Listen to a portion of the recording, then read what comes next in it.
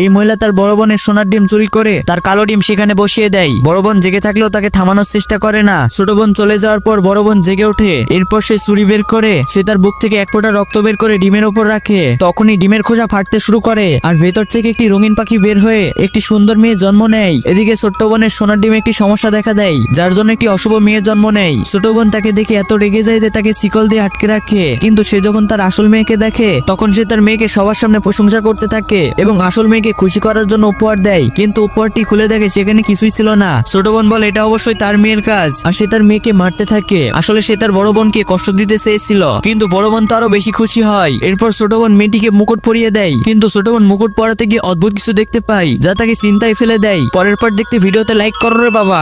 এই মহিলা তার বড় বোনের সোনার ডিম চুরি করে তার কালো ডিম সেখানে বসিয়ে দেয়। বড় বোন জেগে থাকলেও তাকে থামানোর চেষ্টা করে না। ছোট বোন চলে যাওয়ার পর বড় বোন জেগে ওঠে। এরপর সে ছুরি বের করে সে তার বুক থেকে এক ফোঁটা রক্ত বের করে ডিমের ওপর রাখে। তখনই ডিমের খোসা ফাটতে শুরু করে আর ভেতর থেকে একটি রঙিন পাখি বের হয়ে একটি সুন্দর মেয়ে জন্ম নেয়। এদিকে ছোট্ট বোনের সোনার ডিমে একটি সমস্যা দেখা দেয়, যার জন্য একটি অশুভ মেয়ে জন্ম নেয়। ছোট বোন তাকে দেখে এত রেগে যায় যে তাকে শিকল দিয়ে আটকে রাখে। কিন্তু সে যখন তার আসল মেয়েকে দেখে তখন সে তার মেয়েকে সবার সামনে প্রশংসা করতে থাকে এবং আসল মেয়েকে খুশি করার জন্য উপহার দেয়। কিন্তু উপহারটি খুলে দেখে সেখানে কিছুই ছিল না। ছোট বোন বলে এটা অবশ্যই তার মেয়ের কাজ আর সে তার মেয়েকে মারতে থাকে। আসলে সে তার বড় বোনকে কষ্ট দিতে চেয়েছিল, কিন্তু বড় বোন তো আরো বেশি খুশি হয়। এরপর ছোট বোন মেয়েটিকে মুকুট পরিয়ে দেয়, কিন্তু ছোট বোন মুকুট পরাতে গিয়ে অদ্ভুত কিছু দেখতে পায় যা তাকে চিন্তায় ফেলে দেয়। পরের পার্ট দেখতে ভিডিওতে লাইক করো রে বাবা।